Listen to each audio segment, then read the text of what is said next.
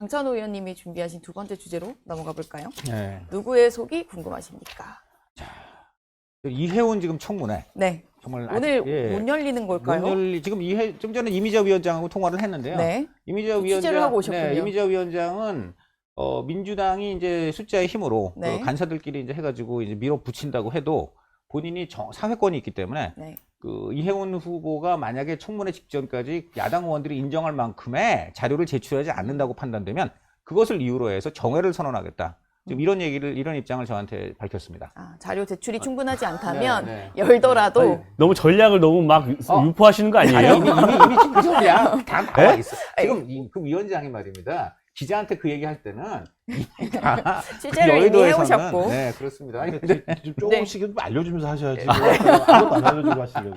근데 민주당에서는 총리도 SNS를 올렸던데 네. 아니 청문회는 열어야 되는 거 아니냐라고 이야기를 하셨어요. 네. 네, 뭐 기본적으로 이제 대통령의 인사권이라고 하는 부분에 대한 민주당 차원에서 존중해야 된다는 게 분명히 있고, 또 하나는 그냥 이게 일반적인 인사가 아니라 통합을 해보자. 근데 이재명 대통령의 통합의 가치는 단순하게 예를 들면 일반적인 통합 정치를 얘기하는 게 아니고 내란이 발생한 원인, 그것이 어떤 형태로든 상관없이 국민의힘이 주장하는 건 민주당의 독주였다, 이런 얘기를 하는 거잖아요. 갈등의 정치가 만들어낸 산물 중에 하나이기 때문에 네.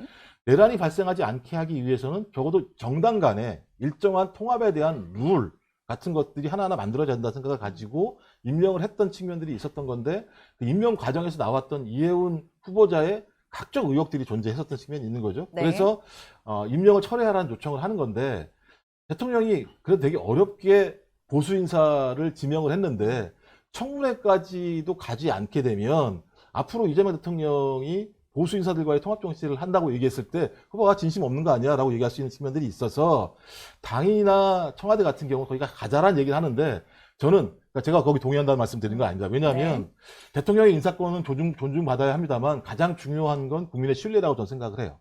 근데 이 정도의 후보자가 나왔을 때 이 사람이 국무위원이 됐을 때 국민이 신뢰할 수 있을 것인가? 국민이 신뢰하지 못하는 국무위원이 존재한다고 했을 때 이재명 정부에 도움이 될 것인가? 라고 하는 부분에 대한 고민은 충분히 있습니다. 그래서 이 문제의 딜레마를 풀기 위한 고민이 좀 청문회라는 절차적인 과정을 거쳐서 정리가 되면 좋겠다.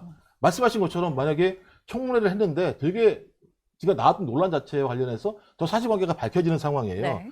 그런데도 임명을 강행한다? 그럼 누가 피해 보겠습니까? 이재명 정부에 대한 지지율 자체가 떨어질 수밖에 없는 측면이 분명히 있는 거죠. 그래서 국민의힘, 뭐 야당은 그럴 수 있다고 생각이 들긴 하는데 21일 지나면 또 청문 절차를 안 밟아서 갈 수도 있는 측면이 있어서 그렇죠. 저는 19, 21일 이전에 청문회를 개최했으면 좋겠다는 생각이 들고, 저는 개인적으로는 이해운 후보자가 장관직을 제대로 수행할 수 있겠는가라고 하는 근본적인 고민은 분명히 있어요.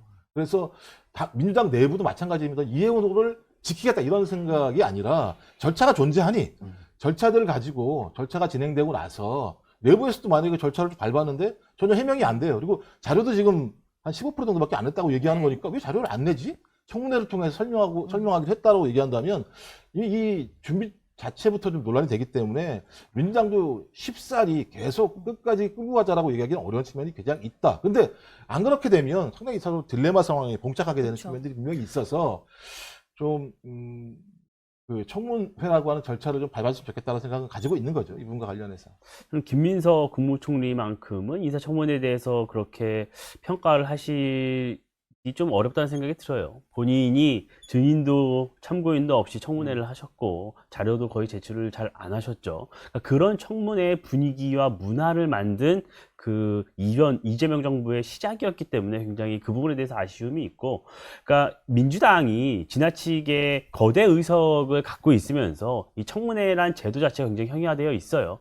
그리고 뭐 정치권 자체에서 뭐 이 청문회를 요식행위로 보는 경우도 굉장히 많고요. 그런데 이해운 후보자 같은 경우에는 굉장히 안타까운 게 이 자료 제출률이 15%밖에 되지 않는 부분도 그렇지만 제가 좀 물어보니까 어제 저녁 밤에 굉장히 뭐 여러 자료를 굉장히 뭐 많이 제출하는 것처럼 자료를 의원실에 제출을 했다는 거예요.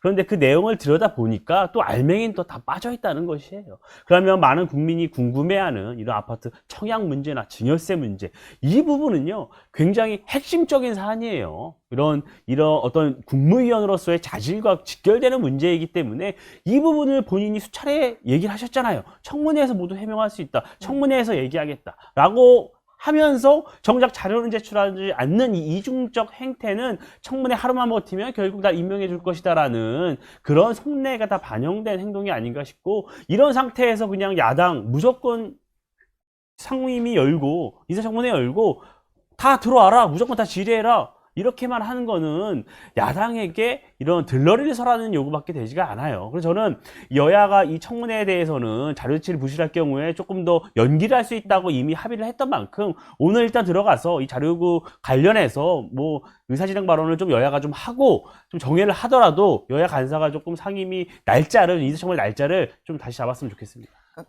네. 이것도 거듭 이미재 위원장 통화가 또 이제 네. 거론이 되는데, 왜냐하면 취재한 내용을 또. 왜 그러냐면 이게 좀 전에 김종국 위원장 말씀이 저는 정말 가슴에 와닿아요. 저는 네. 저 위원장님 말씀이 민주당의 민심이라고 봐요. 민주당 당원들의 그야말로 민심이, 이혜원 정말 지금 속으로는 이럴 것 같아요. 자진 사퇴했으면 좋겠다. 그 다음에 이제 그 다음은 이제 대통령실에서 결단해서 철회하는 건데, 두 번째는 모양이 안 좋으니까 앞에 자진 사퇴. 문제는 말입니다. 그 둘 다 지금 다 안 하겠다는 거예요. 그러니까 지난주까지 사실은 바로 위원장님 같은 말씀을 민주당 상임위원들이 했대요. 네. 그런데 그 기류가 갑자기 지난 주말부터 싹 바뀌었대요. 무슨 얘기냐? 대통령실 오더 내린 거예요. 야, 그냥 간다. 이렇게 되니까 민주당 의원들이 입을 싹 민심에 반하는 이러한 지금 행동으로 돌아섰다는 겁니다. 결국은 이것은 이재명 대통령과 이혜훈, 이 두 이씨가 결단을 내려야 됩니다. 알겠습니다. 이게 지금 민주당원들이 그렇게 바라고 있어요. 더 이상 차족이 필요 없습니다. 이혜훈 본인이 이재명 대통령 그렇게 좋아서 간다면 이제는 그 좋아하는 대통령 위해서 자진 사퇴하는 것이 진심으로 장관을 해드리는 네, 일이다. 알겠습니다. 오늘 일단 뭐 취재도 해오셨지만 네. 네, 상임위 회의도 지켜봐야 할 것 그렇죠. 같고, 네, 물론. 네, 이제 그럼 세 번째 주제로 이민찬 부위원장이 준비해 오신 주제로 넘어가겠습니다.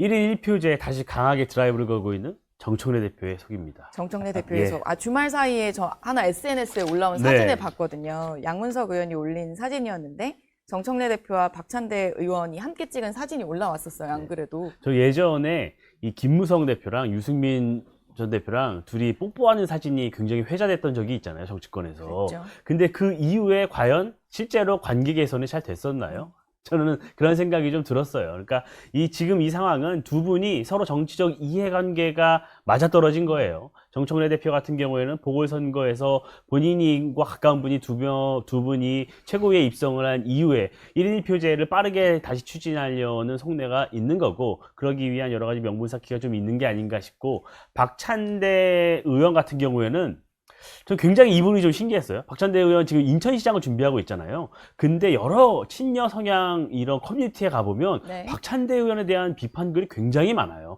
그러니까 박찬대 의원이 이재명 대통령과 가깝고 한몸처럼 많은 분석은 하시지만 지지층 사이에서는 그 두 분을 떼어내서 많이 박찬대 의원을 비판을 하시더라고요. 그러니까 인천시장 어떤 경선에서 본인이 조금 표를 얻으려면 이런 모습이 좀 필요하지 않았나, 이런 생각을 합니다. 오늘 1인 1표 이제 당무위도 예정이 되어 있는 걸로 알고 있는데 실제로 이 해석이 맞나요? 이민찬 부위원장이 보는 아니, 둘이 친한 친구잖아요. 네.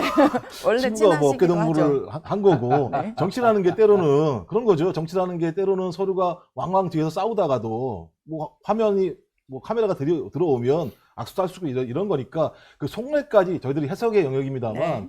근데 일단 민주당 내부의 핵심적인 거는 방향에 대해서 동의해요. 1인 1표제라고. 이건 예를 들면 이재명 대통령이 얘기했었던 거고, 네. 그것을 바로 할 수 없으니까 비율을 낮추는 방식을 통해서 계속 그런 방향으로 가는, 방향성은 맞는 건데 속도와 내용의 문제에서 차이가 있는 거죠. 그러니까 지금 뭐 박수현 대변인 같은 네. 경우는 연임에 이응자도 안 나왔다라고 네, 얘기를 하는 맞죠. 건데, 많은 분들이 생각할 너무 때는, 웃으시는 거 아닙니까? 그러니까 네. 많은 분들이 생각할 때는 정청래 대표가 또 나오실 수 있는 거 아니겠어? 그랬을 때 이해 상충이라고 하는 측면이 분명히 있는 거 아니야? 이런 고민을 하는 당원들도 분명히 있죠. 그래서 저는 이 문제는 그러니까 하지 말아야 된다는 게 아니라 합리적으로 합의할 수 있는 안이 무엇인가에 대한 토론이 필요하다. 그러니까 아예 그런 일이 있으니까 토론도 하지 말자는 거 말이 안 되는 거잖아요. 그런데 그렇다면 비율을 줄이는 게 맞는 거야? 아니면 1인 1표제로 가는 게 맞는 거야? 라고 하는 토론을 저는 할 거라고 봐요. 그래서 그 토론을 통해서 비율을 더 낮추는 방식의 절충안으로 갈 수도 있고 또 아니면 시행을 좀 늦추는 방법도 있겠죠. 시행을 합의는 늦추는 하되 방법. 합의는 하되 시행은 그래? 나한테 이렇게 논란이 있어? 그럼 뭐 뒤에 할 수도 있겠지라고 하는 방안은 있는 건데 토론은 필요한 거죠. 왜냐하면 저기 민주당 같은 경우는 이 문제가 당원 주권이라고 하는 기본적인 민주당의 네. 철학적 문제이기 때문에 이걸 회피하면서까지 가야 된다? 전 이건 오히려 더 안 좋은 후퇴라고 생각하기 때문에 토론을 해야 된다고 생각합니다. 저는 가볍게 몇 가지 네. 요약해서 말씀. 1번. 정말 사랑하는 사람들은 저는 사랑하는 사진 안 찍습니다. 이현수 우리 저 진행자 어머니 사랑하는데 네. 어머니랑 어깨 동무하고 나 어머니 사랑해요 하고 주변에 네. 막그 사진 퍼뜨립니까? 안 해요. 사진도 진짜 사랑하는 찍겠죠. 사람들은 그런 거 할 필요가 없습니다.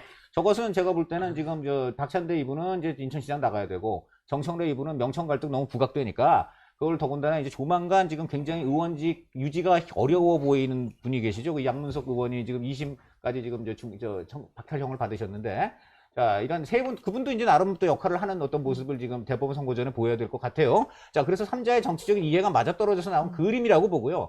자, 두 번째는요, 명청 갈등 저거는 무지무지하게 갈 수밖에 없습니다. 자, 대의원이 말입니다. 20배의 힘을 갖고 있어요. 바로 우리 김종욱 위원장님 같이 고관여층, 저렇게 민주당 오래째 한 분, 이런 분들이 하는 그런 자리를, 당비 그냥 몇 달 내면은 되는 그 일반 당원들하고 똑같이 20분의 1로 힘을 줄인다? 이거 뭐 혁명이나 다름없는 일이에요. 이걸 왜 합니까? 본인이 지금 8월 달에 대표하고 싶으니까 하는 거예요. 연임에 이응자도 안 나다. 지금 그 얘기가 왜 나옵니까? 그 얘기 하는 것 자체가 이분 연임 사실 생각이 있어요. 라는 걸 드러냈다고 볼 수 없어요. 그렇기 때문에 저는 이거 지금 겉으로는 웃고 있지만 결국 계속해서 이 안에서 갈등은 커질 수밖에 없다.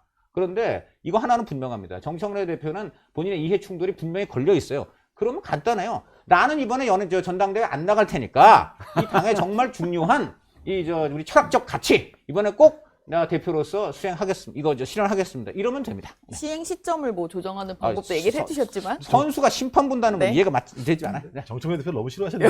아니 싫어하는 게 아닙니다.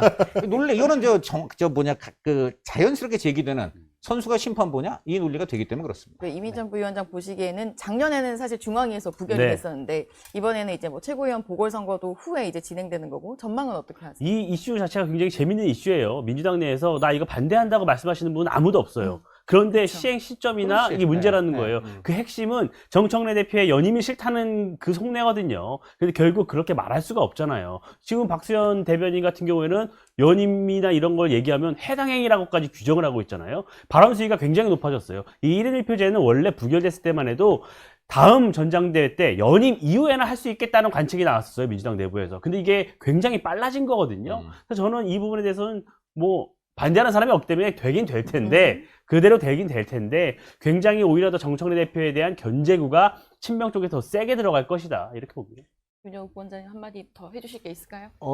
저는 기본적으로 그래요. 네. 예를 들면 이렇게 공격하면 이렇게 공격할 수 있고 저렇게 공격할 수 있어요. 근데 정당에서 다양한 목소리가 나오는 건 좋은 거예요. 그리고 그 방향성 자체가 나쁜 게 아니잖아요. 그러니까 당원 주권이라는 시대를 열기 위해서 우리는 어떤 길을 갈 것인가라는 토론이 필요한 건데 이 토론 과정에서 당연히 당 내부에 있는 사람들은 자기가 어떤 방향으로 가기 위한 위치를 점하기 위한 욕심과 의도들은 분명히 있겠죠. 전 이것들이 조화롭게 토론되는 것이 정당이라고 생각을 하고 이 토론 자체가 당을 파괴하는 영역이 아니라고 얘기한다면 저는 그 정도의 토론도 존재하지 않는 정당이라면 그건 전체주의 정당, 파시스트 정당밖에 안 되는 거니까 그렇게 이해해 주시고 아마 그 판단은 국민들과 당원들이 하실 거고 정치인들은 그런 행위를 통해서 나중에 표든 지지율이든 그것 통해서 본인이 그걸 받는 거니까 저 그것까지 두려워할 필요는 없을 것 같다 이런 생각을 합니다. 알겠습니다.